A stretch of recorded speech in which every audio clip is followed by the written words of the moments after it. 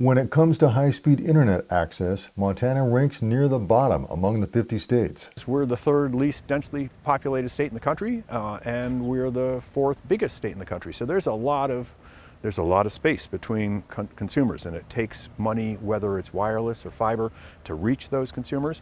And we have an opportunity here to try our best to reach them. Thanks to the American Rescue Plan Act signed into law by President Biden last week, Montana is getting a huge pot of money that can be spent to expand broadband. This amount of money coming into the state is not small potatoes, it's real money.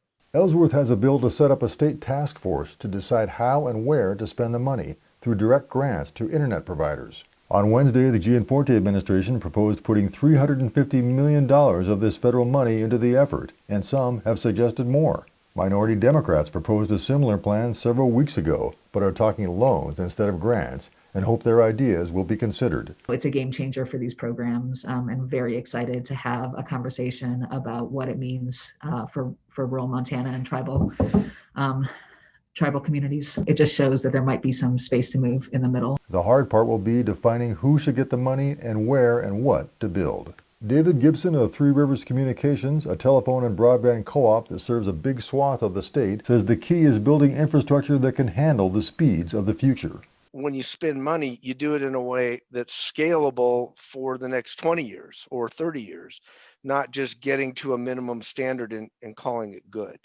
And that's the track. But that generally means putting fiber in the ground, which is expensive. Others say wireless technology should be considered in some rural and suburban areas, and that super high internet speeds aren't needed by most non-commercial consumers. Ellsworth says the task force, soon to be in his bill, can make those determinations. One answer is not going to fit all. It's going to be a myriad of different answers. Then we can really utilize this money effectively.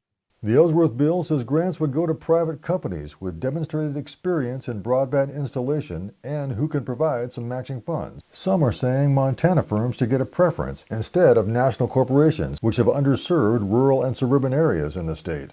Yet backers of the task force process believe it can make the right choices in an open process.